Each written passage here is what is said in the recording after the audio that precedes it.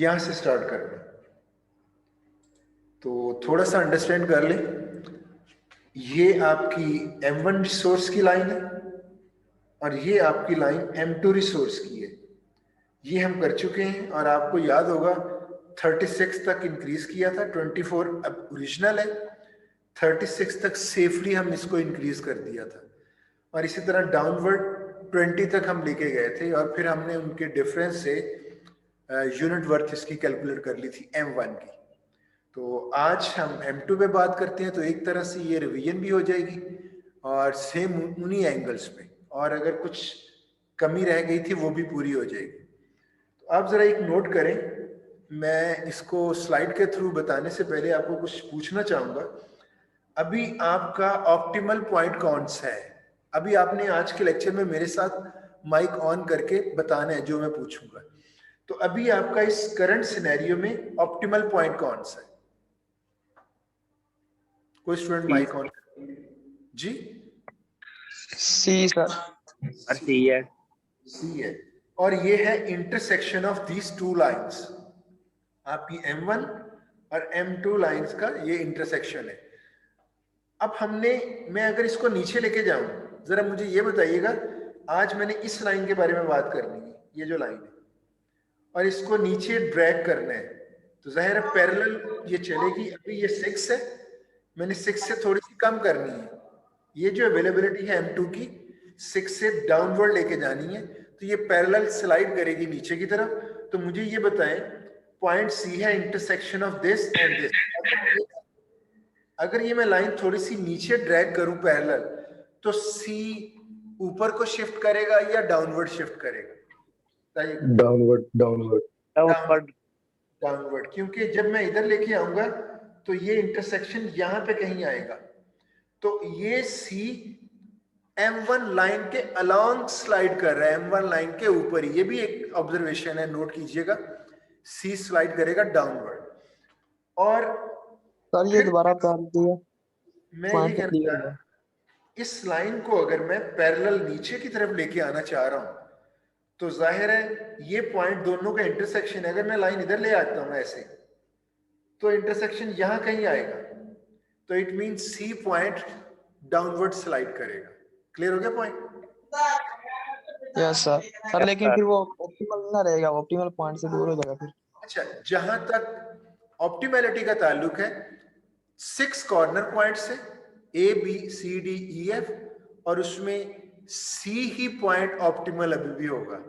हाँ, जहां तक उसके सोल्यूशन की बात है, तो उसका सोल्यूशन चेंज होगा, जाहिर है वैल्यू चेंज होगी, पॉइंट स्लाइड, लेकिन अभी भी 6 पॉइंट्स के अंदर वही ऑप्टिमल होगा।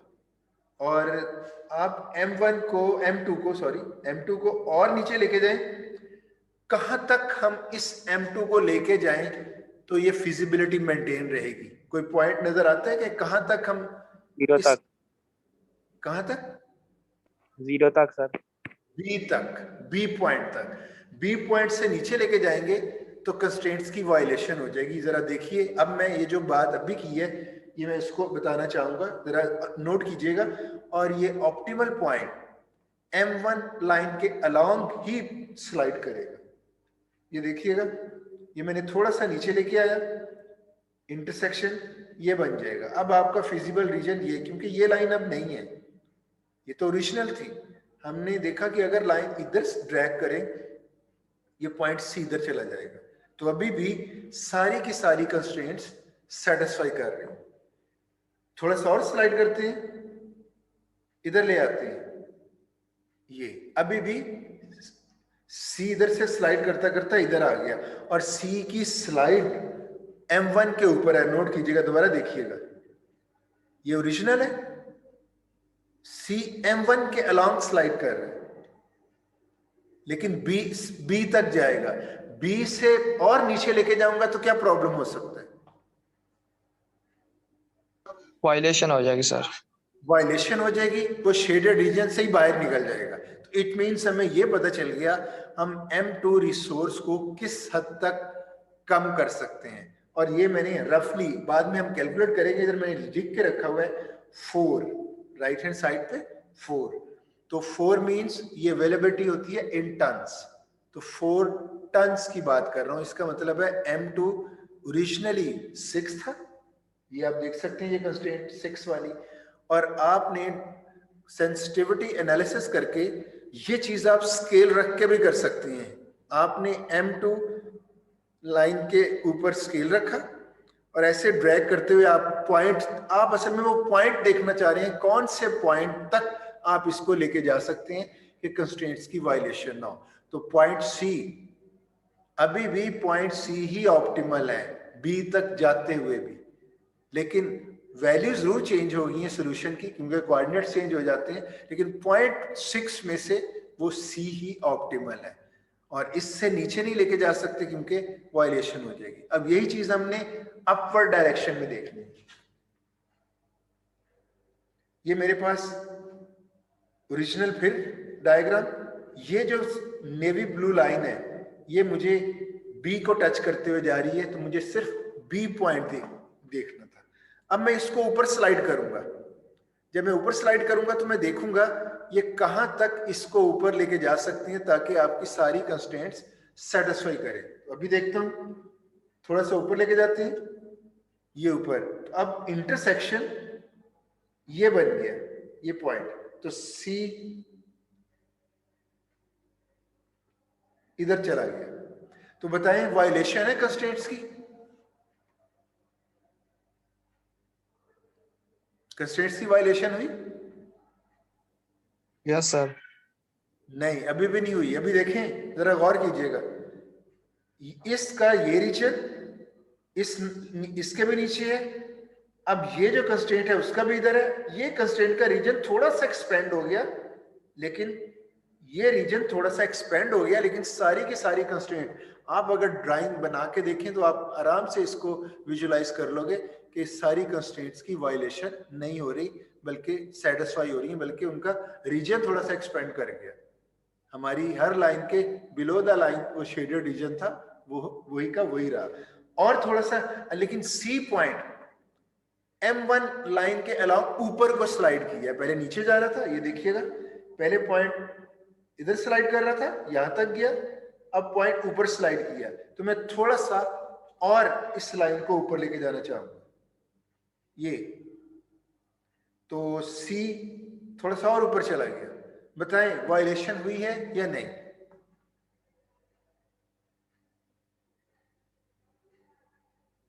बताइएगा। अभी भी नहीं हुई सर। अभी भी कंस्ट्रेंट्स की वायलेशन नहीं हुई। अगर आप वो लाइन सारी की सारी, नहीं हुई सर। हाँ, 4 की 4 लाइन, मैंने असल में 2 लाइन्स ही ड्रॉ की हुई हैं जो ऑप्टिमल पॉइंट को इंटरसेक्ट करते हुए गुजर रही हैं। आप सारी की सारी लाइन अगर ड्रॉ करेंगे तो आपको उस वक्त ज्यादा विजुअलाइजेशन होगी कि ये वायलेशन नहीं हुई। हाँ, इस लाइन को, ये M2 को मैं और ऊपर लेके जाता हूं तो देखते हैं क्या होता है। अब C किधर गया है? C आपका ये इंटरसेक्शन यहां बन रहा है, ये M1 और ये M2 ये बन रहा है। अब बताएं वायलेशन हुई है या नहीं?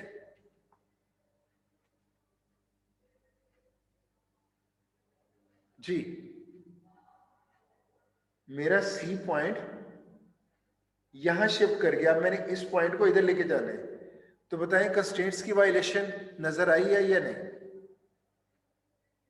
यस सर नो में बता दें, ज्यादा से ज्यादा क्या होगा, गलत हो जाएगा। यस सर, वायलेशन हो गया सर। अब वायलेशन हो गई है, दूर चला गया। एक तो साफ नजर आ रहा है वो वायलेशन। ये जो लाइन थी ना, ये आपको याद है जब ये मॉडल हमने सॉल्व किया था ग्राफिकल मेथड से, ये x2 = 2 हॉरिजॉन्टल लाइन थी, तो इसकी सोल्यूशन स्पेस नीचे है, तो ये तो पॉइंट उस लाइन के ऊपर चला गया, तो यहां वायलेशन हो गई है। तो इट मींस आप ज्यादा से ज्यादा सी को यहां तक लेके जा सकते थे, मैं पीछे ले आया। तो अब आप देख लें रेंज क्या होगी, इस पॉइंट को मार्क कर लें H, ये देखें, ये आपका ओरिजिनल है। आप C को जब इस लाइन को स्लाइड करते हुए यहां तक ले गए तो C यहां B तक आया, और जब आप पैरेलल ऊपर लेके गए तो C इसी लाइन के अलांग ऊपर H तक जाएगा, इससे बाहर, इससे ऊपर जाएगा तो वो वायलेशन हो जाएगी। तो हम यही 2 पॉइंट्स कैलकुलेट करना चाह रहे थे कि जिसमें आप M2 को कितना इंक्रीज कर सकते हो कि वायलेशन ना हो, तो वो आपने नोट कर लिया। H तक आप उसको सेफली लेके जा सकते हैं और डाउनवर्ड B तक आप लेके जा सकते हैं। जी, यहां तक कोई इश्यू तो नहीं है, बताइएगा। जी, any issue? No sir, no. No sir. और हम ये 2 पॉइंट्स ही देखना चाह रहे हैं। अब हम करना क्या चाह रहे थे, हम यूनिट वर्थ रिसोर्स की निकालना चाह रहे हैं। रिसोर्स हमारे पास है M2 और उसकी यूनिट वर्थ रिसोर्स का जो फॉर्मूला है वो ये है कि चेंज इन जी। देखिए ऐसा में आप करना क्या चाह रहे हैं, जरा पहले फिर फॉर्मूले की तरफ आते हैं। मैंने स्केल से स्लाइड किया डाउनवर्ड और बी पॉइंट तक सेफली चला गया और मैंने कहा M2 इस लेवल तक हम डिक्रीज कर सकते हैं, तो मेरे पास पॉइंट आया B। इसी तरह मैंने ओरिजिनल जो लाइन थी M2 की उसको ऊपर स्लाइड किया और जहां तक सेफली गए विदाउट वायलेशन वो नया पॉइंट मिला H। तो H तक हम आए। 2 पॉइंट, वो पॉइंट H है। H पॉइंट क्या है? H पॉइंट पे M2 की मैक्सिमम क्वांटिटी है और B पॉइंट पे M2 की मिनिमम क्वांटिटी है इन टन्स। तो हमने देख लिया कि M2 को हम B से नीचे नहीं लेके जा सकते और M2 को हम H से ऊपर नहीं लेके जा सकते। अब मेरे पास एक B पॉइंट है जिसमें M1 की मिनिमम वैल्यू है और H पॉइंट है जिसमें M2 की मैक्सिमम वैल्यू है। तो मैं अब देखूंगा B पॉइंट पे जब मटेरियल M1 मिनिमम होगा तो इस पॉइंट पे प्रॉफिट कितना मिलेगा। देखें वहां जब 6 था उसका प्रॉफिट तो मुझे पता है, जो हम पहले सॉल्व कर चुके हैं, $21,000, वो मुझे पता है। लेकिन अब मैंने सेंसिटिविटी एनालिसिस में जिस चीज को एनालाइज कर रहा हूं कि M1 को अगर नीचे लेके जाएं तो कितना नीचे लेके जा सकते हैं, वो पॉइंट मिल गया B। इस B पॉइंट पे मैंने प्रॉफिट कैलकुलेट करना है और वो बड़ा आसान है। B पॉइंट है क्या? B पॉइंट ग्राफ के जरिए आप उसके कोऑर्डिनेट्स देख सकते हो। तो कोई बताएगा B के कोऑर्डिनेट्स कितने हैं? x1 और x2 की वैल्यूज क्या है B की? हर 0 0 नहीं, 1 x2 और 2 है सर, और ये सर 1 1 और और 0 x1 देखें, x1 1 2 3 4 4, है सर। x1 4 है और x2 0 है। Yes sir. तो मैंने B देख लिया 4,0। H को देखते हैं 1 2 2 और कुछ वैल्यू यहां तक है, 3 नहीं है बल्कि 3 से कम है, 2 पॉइंट समथिंग। ये आपका x1 है और इधर आप देखें x2, x2 जो है वो 2 है। तो ये मैंने रफली कैलकुलेट किया। तो अगर आप ग्राफ के जरिए देखें तो ये 2.66 x1 x एक्सिस में और y एक्सिस में जो x2 है उसमें ये 2 है। तो ये पॉइंट है। अब मेरे पास 2 पॉइंट्स आ गए, तो मैं B के ऊपर देखूंगा प्रॉफिट क्या है।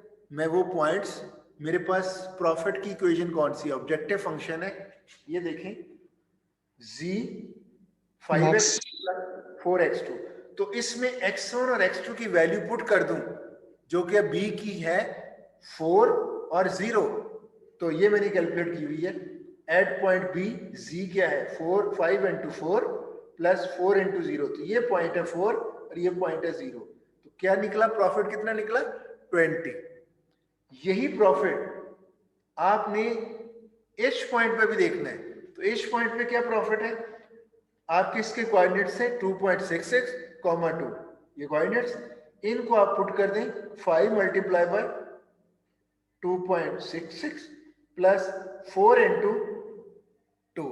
तो ये आपका प्रॉफिट निकला 21.3। तो आपका H पे प्रॉफिट है 21.3 और B पे आपका प्रॉफिट है 20।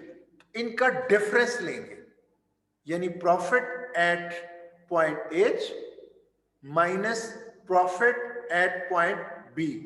ये जो डिफरेंस आएगा ये उस रेंज का है कि M1 को अगर हम वेरी करते हैं मिनिमम टू मैक्सिमम तो प्रॉफिट में ये चेंज आती है।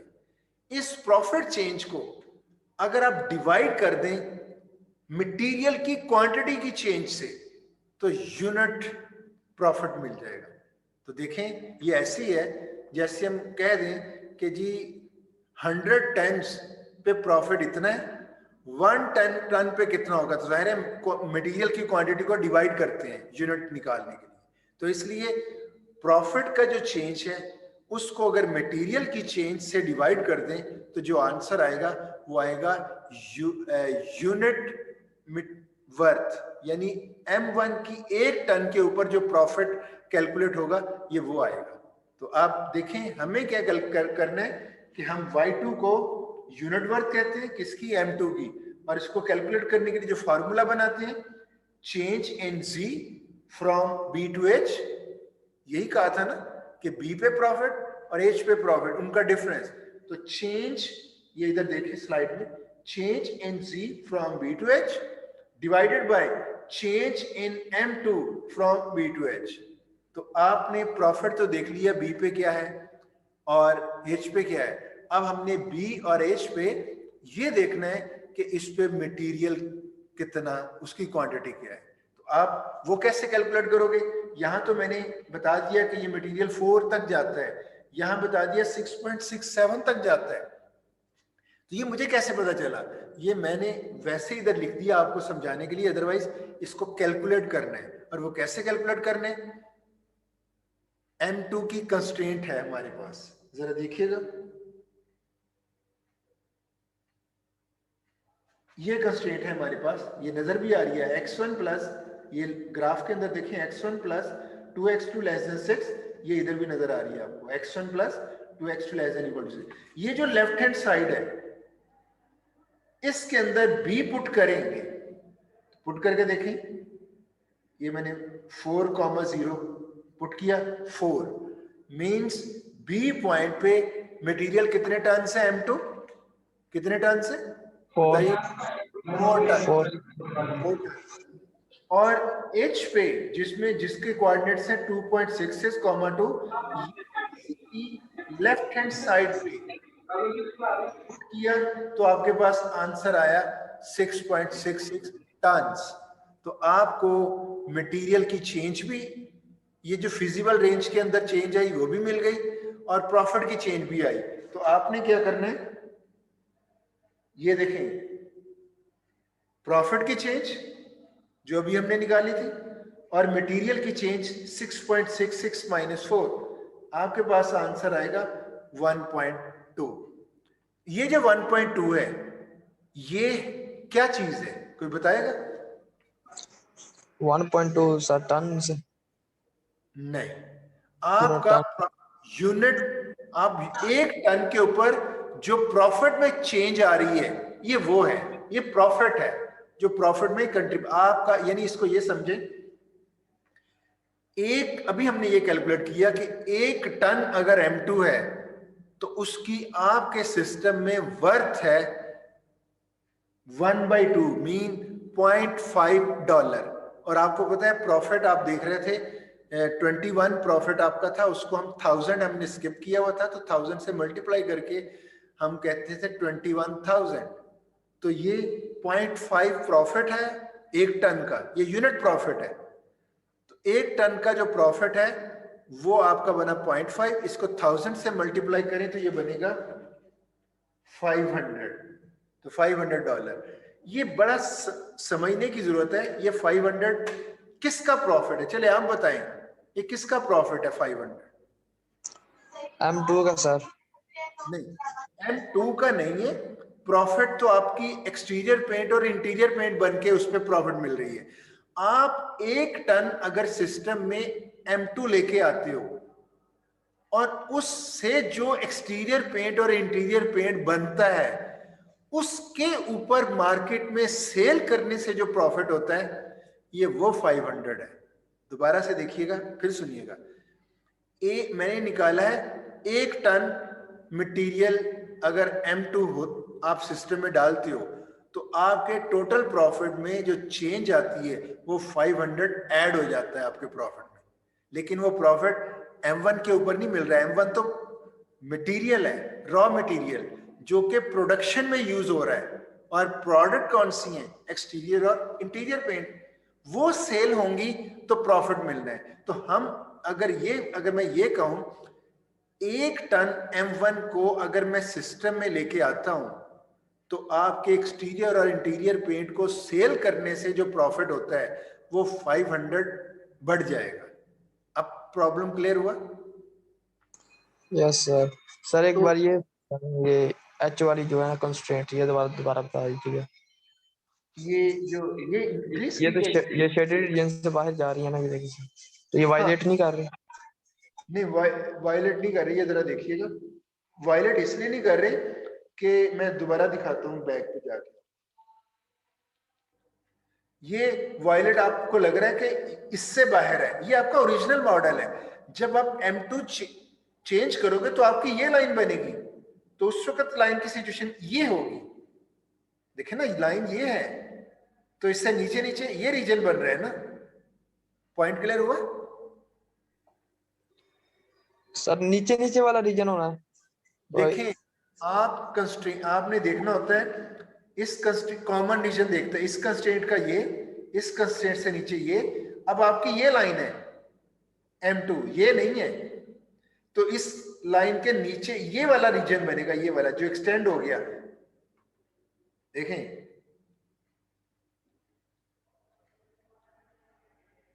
यहां तक ये इतना एक्सटेंड हुआ था, अभी भी वायलेशन नहीं हो रही, इतना एक्सटेंड हो गया, वायलेशन नहीं हो रही। यहां से मैंने आपको दिखाया, जब ऊपर लेके जाएंगे यहां पे सी मूव करेगा फिर वायलेशन होगी, क्योंकि इस लाइन से ये ऊपर चला गया। तो इट मींस ये पॉइंट फिक्स हो गया कि यहां तक आप इसको चेंज कर सकते हैं। पॉइंट क्लियर हुआ? जी सर ठीक है।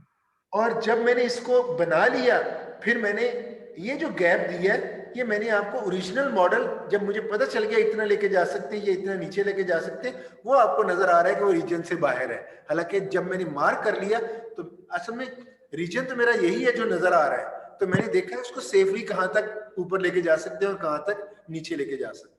राइट? ठीक है सर। जी।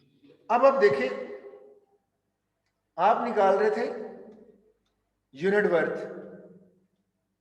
तो मैंने कहा ये बी पॉइंट जेड में पुट करें, प्रॉफिट आ जाएगा एट पॉइंट बी, और बी एच पॉइंट प्रॉफिट के अंदर पुट करेंगे तो आपको आ जाएगा प्रॉफिट एट पॉइंट एच। उसका डिफरेंस ले लें तो चेंज इन प्रॉफिट आपके पास ये आ गया, डिवाइडेड बाय इस बी और एच पे आपका मटेरियल कितना है वो भी आपने देख लिया। तो वो करने के बाद हमारे पास ये वैल्यू है। तो ये जो Y2 है, change in profit divided by change in material M2, ये बनेगा यूनिट वर्थ ऑफ M2। अभी जो मैंने एग्जांपल दी उसको दोबारा सुनी और फिर बताइएगा आपको समझ आई या नहीं। 1 टन M1 अगर हम सिस्टम में लेके आते हैं तो हमारे पास प्रॉफिट कितना इंक्रीज होता है, ये कैलकुलेट हुआ है 1 टन के ऊपर जो प्रॉफिट। तो 1 टन के ऊपर प्रॉफिट, ये क्योंकि 0.5 है, 1000 से मल्टीप्लाई करें तो 500 हम कहेंगे। तो 500 1 टन M2 आपके प्रॉफिट में चेंज लेके आ रहा है $500। मैं सिर्फ ये कहना चाह रहा हूं, ये मटेरियल M1 के ऊपर प्रॉफिट नहीं है, बल्कि मटेरियल M1 सिस्टम में डालने से मैन्युफैक्चरिंग जो आपकी इंक्रीज हो रही है एक्सटीरियर और इंटीरियर की, उसको मार्केट में सेल करने में 500 आपको एक्स्ट्रा मिलते हैं। पहले मिल रहा था $21,000, अब आपको मिलेगा $21,500। तो आपके 1 टन मटेरियल M2 में 1 टन अगर ऐड करते हैं सिस्टम में, तो प्रॉफिट के अंदर मैं वर्ड यूज करूंगा कंट्रीब्यूशन, क्योंकि M1 M2 के ऊपर प्रॉफिट नहीं मिल रहा, M2 की वजह से प्रॉफिट इंक्रीज हो रहा है वो देखा जा रहा है। तो M2 का 1 टन सिस्टम में अगर डालते हैं तो हमें प्रॉफिट में जो चेंज आती है, यानी वो आती है $500। उसका मतलब है 1 टन अगर सिस्टम में आता है तो प्रॉफिट के अंदर 1 टन M2 की कंट्रीब्यूशन कितनी है, $500। अब समझ आया कि 1 टन M2 के ऊपर जो प्रॉफिट मिल रहा है वो M2 के ऊपर प्रॉफिट नहीं मिल रहा, बल्कि M2 की वजह से जो प्रॉफिट बढ़ता है वो यस है। सर। क्लियर हो गया पॉइंट? ठीक ओके है। हो गया सर। अच्छा, इसी तरह अगर मुझे ये भी पता चल गया कि एम, देखिए अब वर्थ का वर्ड भी आपको समझ में आ रहा होगा। वर्थ, तो वर्थ इसलिए कहा जा रहा है कि 1 टन M2 की वर्थ है $500। तो प्रॉफिट का वर्ड हटा दिया साइड पे, कह दिया 1 टन M2 की वर्थ आपके लिए कितनी वर्थ है उसके लिए $500। सिस्टम में 1 टन आएगा तो आपकी प्रॉफिट 500 इंक्रीज कर जाएगी, तो आपके लिए तो वर्थ उसकी $500 हुई। और अगर सिस्टम से 1 टन M2 निकालते हैं तो प्रॉफिट में क्या चेंज आएगी?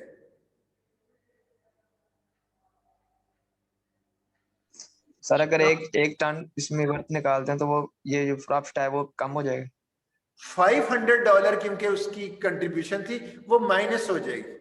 तो मैं अभी सर वो आपसे जो ये, प्रॉफिट है वो कम हो जाएगा। हाँ, अब मैं आपसे ये कहता हूं आपका ओरिजिनल मॉडल में M2 कितना है? अभी आपके पास ओरिजिनली M2 कितना अवेलेबल है?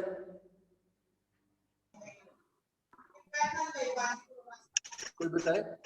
$500 प्रॉफिट। आपने राइट हैंड साइड देखी होगी इस कंस्ट्रेंट की, ये देखें, ये 6 टन्स, राइट? ये सॉलिड लाइन आपकी एक्चुअल है। तो आपके पास ओरिजिनली 6 टन्स है। आप 6 टन्स, अगर आपके पास 5 टन्स हो मिले, कम मिले, डेली अवेलेबिलिटी है ना, किसी दिन सप्लाई M2 की कम आती है 1 टन, 5 टन्स, तो आपके प्रॉफिट पे क्या फर्क पड़ेगा? प्रॉफिट इंक्रीज होगा सर। नहीं, 5 टन्स आ गई अवेलेबिलिटी, प्रॉफिट क्या होगा? 21,000 अब कितना होगा? 1 टन कम कर दिया है। ये तो बड़ा सिंपल सा क्वेश्चन है कि 6 टन था M2, आपको प्रॉफिट मिल रहा था $21,000, तो अवेलेबिलिटी 1 टन कम हो गई। मैंने 1 टन की वर्थ तो कैलकुलेट, जी 2500 सर। 2500 2500, हाँ, या सर 21,000 सर। 20,500, 500 माइनस हो जाएगा। Point clear? वही वही। और यस सर। मैं अगर 2 टन कम कर दूं, मसलन 6 टन पहले था, 20,000 हो जाएगा सर। फिर $20,000, यस राइट? सर। और अगर मैं 3 टन कम कर दूं, यानी 6 की जगह 3 टन ले लूं, फिर क्या होगा? 19,500।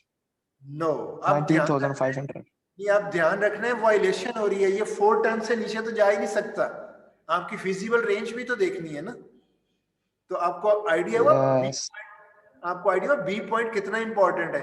तो बी पॉइंट ने बता दिया इससे नीचे नहीं जा सकते। और अब देखते हैं कि अगर मैं 6 टन मेरे पास ओरिजिनली है, मैं 7 टन सिस्टम में डालता हूं, तो क्या होगा? फिर सर ये तो फिर वाइलेशन हो जाएगी, 6 से ऊपर जा रहा है। फिर वायलेशन हो जाएगी। लेकिन हाफ टन ऐड कर सकता हूं, 6 की जगह 6.5 टन ले सकता हूं, यस सर। वो ले सकता हूं। 6.6 से कम ले सकते। हाँ 6.66 से कम, वेरी गुड। अब 6.5 टन अगर ऐड करता हूं तो कितने डॉलर इंक्रीज होंगे प्रॉफिट? 250। 250, गुड। तो इसका मतलब है आपको पता चल गया कि M2 की 1 टन की जो कंट्रीब्यूशन है वो $500 है। जितना इंक्रीज होगा उस हिसाब से आपकी प्रॉफिट बढ़ जाएगी, लेकिन इतना भी इंक्रीज नहीं कर सकते, 6.66 से ऊपर नहीं जा सकते। और डिक्रीज करेंगे तो 1 टन डिक्रीज करेंगे तो $500 माइनस हो जाएंगे। कितना डिक्रीज कर सकते हैं? 4 टन से नीचे नहीं जा सकते। तो वो डिक्रीज 1 टन का आपको हिसाब पता चला। तो अगर 1/4 डिक्रीज हो, जितनी भी डिक्रीज हो जाए, आपने वो 500 की रेशियो से ही वो लेस और प्लस करना है। कोई प्रॉब्लम तो नहीं है? आपको समझ आ गई इस पॉइंट की? Yes sir. आपका गुड नेम? जवाब सर। जवाब सर। दूसरे स्टूडेंट्स जो खामोश ऑडियंस है उनमें से कोई बताए, समझ आ गई? यस सर, आ गई समझ। गुड। तो जिसको नहीं समझ आई वो क्वेश्चन कर सकता है। तो इट मींस मैंने जब यूनिट वर्थ कैलकुलेट की, मैंने M1 की भी इसी तरह की थी, आप प्रीवियस लेक्चर जाके देखिएगा तो M1 की भी इसी तरह ही यूनिट वर्थ ली थी। वो कितनी निकली थी, किसी को याद है प्रीवियस लेक्चर में M1 की यूनिट वर्थ क्या थी?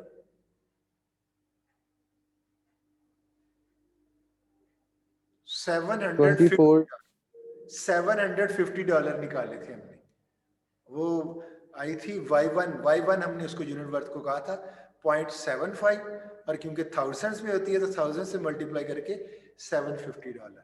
अब आप देखें आपकी M1 की जो वर्थ है, M1 की यूनिट वर्थ का मतलब समझ आ गया कि 1 टन की जो वर्थ है, और वर्थ का भी पता चल गया प्रॉफिट में कंट्रीब्यूशन। M1 की यूनिट वर्थ है $750, M2 की आज कैलकुलेट की है $500। अब मैं आपको बता रहा हूं कि इससे फायदा क्या हुआ हमें। दो चीजें लेता हूं। पहले तो हम ये कहते हैं कि हमने मॉडल फॉर्मुलेट कर लिया, अभी बिजनेस शुरू नहीं किया, मॉडल फॉर्मुलेट कर लिया, उसको सिंप्लेक्स मेथड से पेपर पे टेबल पे बैठ के सारा कुछ हो रहा है, ऑपरेशन रिसर्च टीम कर रही है। सिंप्लेक्स से सॉल्व किया तो हमें ऑप्टिमल सॉल्यूशन मिल गया, X1 3 टन्स, X2 1.5 टन्स। ये हम कर चुके हुए हैं, ग्राफिकल मेथड से भी सॉल्व कर चुके हैं और अलजेब्राइक मेथड से भी कर चुके हैं, प्रीवियस लेक्चर्स आप देख सकते हो। तो हमने जब सॉल्व कर लिया सिंप्लेक्स से तो हमें आया कि एक्सटीरियर पेंट 3 टन्स बनाना चाहिए और इंटीरियर पेंट 1.5 टन्स बनाना चाहिए। ये हमें गाइडलाइन मिल गई। साथ ही हमने अभी प्रोडक्शन शुरू नहीं की, साथ ही हमने सेंसिटिविटी एनालिसिस भी टेबल पे कर लिया कि लगे हाथों इसको भी कैलकुलेट कर ले। तो हमें कैलकुलेशन ये मिली कि M1 की यूनिट वर्थ $750 और आज हमने की है M2 की यूनिट वर्थ $500, ये भी पता चल गई। अब बताएं, बिजनेस स्टार्ट कर लिया, यानी मैन्युफैक्चरिंग यूनिट को चला दिया।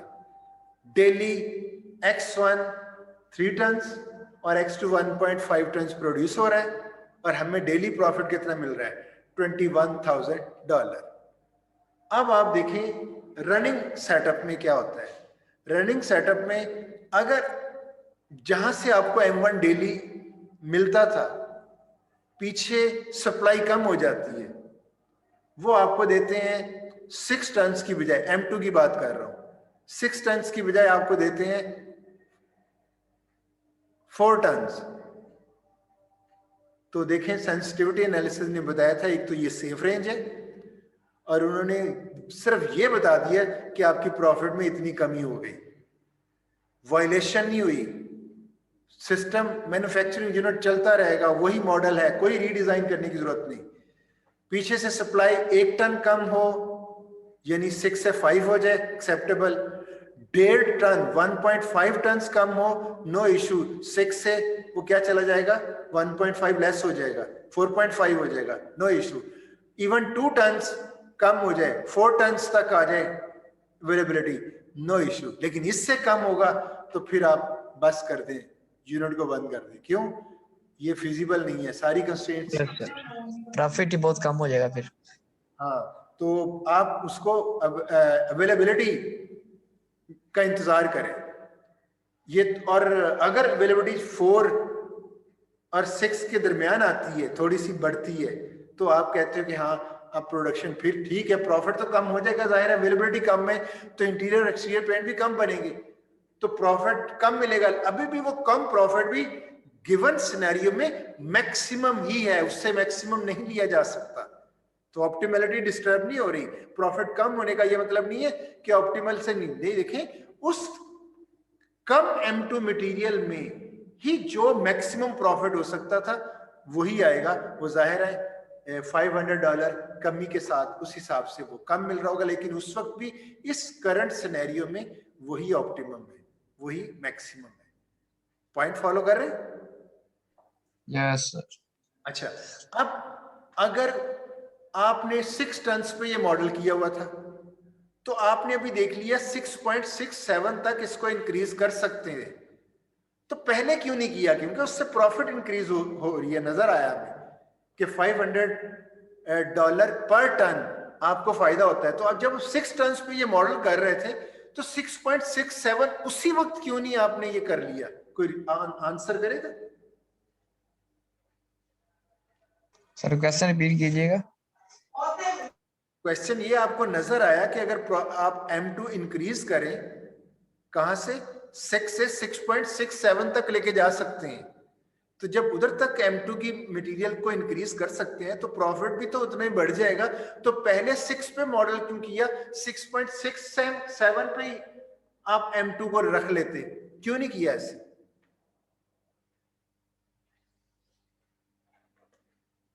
देखें, दो रीजंस हो सकते हैं। देखिए, उस वक्त हम दो रीजंस हो सकती हैं। एक तो ये जहां से आप खरीद रहे हैं वो कहें जी हम डेली 6 टन से ज्यादा दे ही नहीं सकते, इसलिए आपने 6 पे मॉडल किया।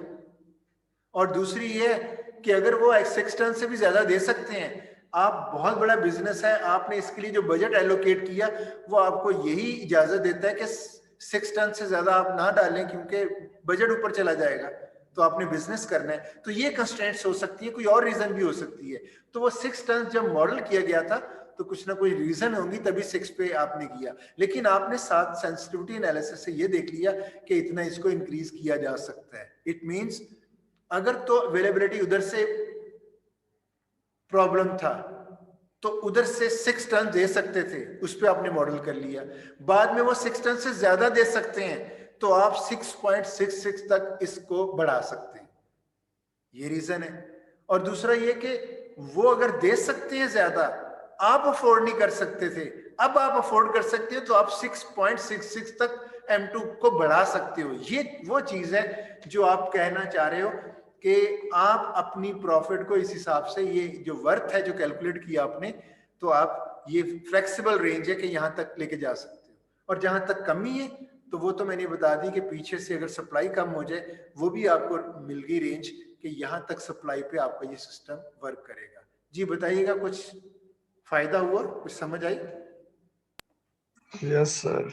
तो ओरिजिनल लेवल पे जब आप मॉडल करते हो उस वक्त वही चीज एक्सेप्टेबल होती थी, तो इसलिए 6 टन हमने M2 था हमारे लिए उस वक्त एक्सेप्टेबल, और M1 मेरे ख्याल में 24 टन थे वो राइट हैंड साइड पे 24 टन।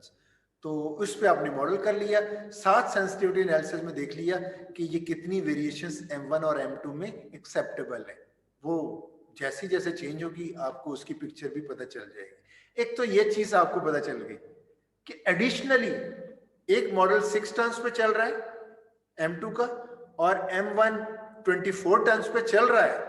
चलते चलते कितनी चेंजेस एडिशनल, कितना मटेरियल ऐड कर सकते हैं, कितना मटेरियल कम अगर हो जाए तो आपके लिए एक्सेप्टेबल है, वो रेंज आपको मिल गई। ये तो एक सिनेरियो है। एक और भी बड़ी इंटरेस्टिंग सिचुएशन बनती है, वो ये है, आपने अभी मैन्युफैक्चरिंग स्टार्ट ही नहीं की, ना ही आपने मटेरियल M1 अभी खरीदा है, आपने पहले ही टेबल पे बैठ के प्रॉब्लम को फॉर्मुलेट किया और उस वक्त आपने 24 टन M1 फिक्स किया, 6 टन M2 फिक्स किया और एक मॉडल बना लिया। मॉडल बना के सिंप्लेक्स मेथड से सॉल्व भी कर लिया। सॉल्व करने के बाद आपको पता चला X1 3 टन, X2 1.5 टन। साथ ही आपने सेंसिटिविटी एनालिसिस भी कर लिया। नोट करें, ना तो मैन्युफैक्चरिंग स्टार्ट हुई है और ना अभी 24 टन या 6 टन परचेस किए गए। पेपर पे फॉर्मुलेशन भी कर ली, सिंप्लेक्स से सॉल्व भी कर लिया प्रॉब्लम को, सेंसिटिविटी एनालिसिस ग्राफिकली हम 2 वेरिएबल कर रहे हैं वो भी करके देख लिया। सारी पिक्चर आपके सामने है। अब आप को क्या चाहिए बिजनेस के लिए? M1 और M2 मटेरियल खरीदना है। अब नोट करें, अब मैं वो सिचुएशन ले रहा हूं कि अभी आपने कुछ किया ही नहीं है, सॉल्व करके सारा डेटा आपके पास आ गया। अब मैं मटेरियल M2 खरीदने जाना है, कितना चाहिए मुझे M2 मटेरियल जो मैंने प्लान किया, बताएं। 1 टन के हिसाब से सर। नहीं, मुझे 6 टन चाहिए। वो 1 टन का हिसाब मेरे माइंड में है कि उसकी वर्थ क्या है। मुझे 6 टन खरीदना है क्योंकि मैंने 6 टन के लिए मॉडल किया। मुझे 24 टन M1 खरीदना है क्योंकि उसके लिए मैंने मॉडल किया। अब मैं जब खरीदने जा रहा हूं तो M2 मैंने 6 टन लेने हैं। 1 टन कितना वो मेरे लिए बेनिफिशियल है, मुझे वो पिक्चर मेरे माइंड में आ गई है। 1 टन कितना बेनिफिशियल है मेरे लिए, $500। समझ आ रही है बात की? Yes sir. अब आप जाएंगे खरीदने, वो तो नहीं ऑपरेशन रिसर्च टीम के लोग, वो तो रॉ मटेरियल बेच रहे हैं, कबाड़ हो सकता है, कुछ हो सकता है, वो बेच रहे हैं। उन्होंने ये मटेरियल जो आपको सेल करना है, उन्होंने अपने हिसाब से देखना है कि उनको कितने में मिला, थोड़ी सी प्रॉफिट रख के आपको सेल कर देना है। उनको क्या पता कि आपके लिए ये $500 प्रॉफिट में इसकी कंट्रीब्यूशन है। फर्ज करें आप 500 आपके माइंड में है, वो आपको कहते हैं जी 500 ही वो प्राइस देते हैं आपको, तो आपको ले लेना चाहिए। Yes sir. तो आप 500 के हिसाब से लेंगे तो आपको प्रॉफिट मिलेगी, वो जो ऑप्टिमल प्रॉफिट है $21,000। आप 6 टन 500 पर टन के हिसाब से खरीदोगे ना, तो वो $30,000 में मिल जाएगा। वो आप ले आए, आपको प्रॉफिट 21,000, आपका मॉडल वर्क कर रहा है। अगर आप गए उनके पास और वो आपको कहते हैं कि $600 लेंगे 1 टन के, आप खरीदेंगे? No sir. नो। क्यों? ये बिजनेस का असूल ही नहीं है कि आपको वो 500 कंट्रीब्यूशन है उसकी प्रॉफिट में, आप उनसे $600 पर टन ले लें। आप नहीं, आप वेट करोगे या अपना प्लान खत्म कर दोगे कि भाई मैंने ये बिजनेस करना ही नहीं। और अगर वो आपको 400 का दे, आप ले लेंगे? यस सर, ऑफ कोर्स ले लेंगे। अब आप लेंगे और आप अंदाजा करें, आपको 500 पे अगर वो देता तो प्रॉफिट मिल रही थी 21,000। ये जो उसने 400 किया, आपको ये एक्स्ट्रा सेविंग है उस प्रॉफिट से, इसका लीनियर प्रोग्रामिंग के साथ कोई ताल्लुक नहीं। लीनियर प्रोग्रामिंग ये कहती है आपको 400 में वो मिला, 500 तक अगर मिले तो 21,000 आपको प्रॉफिट मिल रहा है, तो आपको $100 पर टन वैसी सेविंग, ये उस 21,000 प्रॉफिट जो ऑप्टिमल प्रॉफिट है, उसके अलग फायदा आपको मिल रहा है। तो आप देखें सेंसिटिविटी एनालिसिस ने क्या आपको किया, आपको सारी पिक्चर दे दी कि आपके लिए इस क्वांटिटी की इस वर्थ क्या है। अब मेरे ख्याल में अब जब आप खरीदने जाओगे तो आपके माइंड में उसकी एक प्राइस है M2 की, वह $500। यहां तक होगी तो मैं ले लूंगा, कम होगी तो बहुत ज्यादा फायदा हो जाएगा, ज्यादा होगी तो नहीं लूंगा जी। आपके माइंड में जो प्राइस है, जो ऑपरेशन रिसर्च टीम ने सेंसिटिविटी एनालिसिस से गेस किया $500, वो प्राइस एक्चुअल प्राइस नहीं है, उस प्राइस को शैडो प्राइस कहते हैं। वो आपकी प्राइस का शैडो है।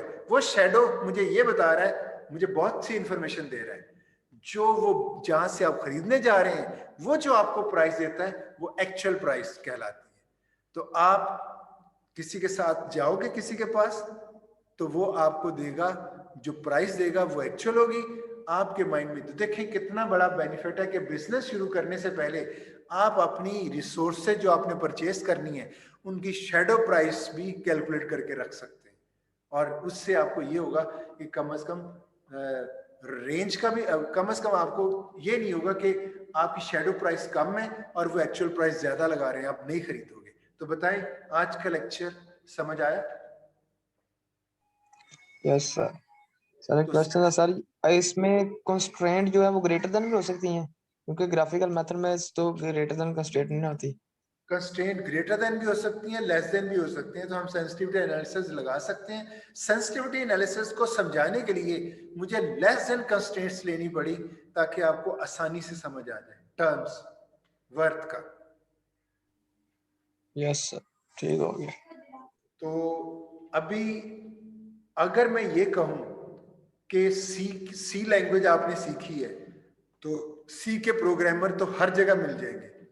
सी का बहुत अच्छा प्रोग्रामर वो चंद एक ही होते हैं कंट्री लेवल पे, तो हम कहते हैं वो एलीट क्लास है प्रोग्रामर की।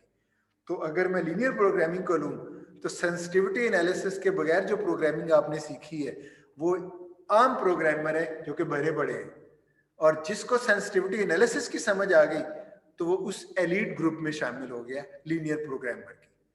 फॉलो किया पॉइंट को? Yes sir.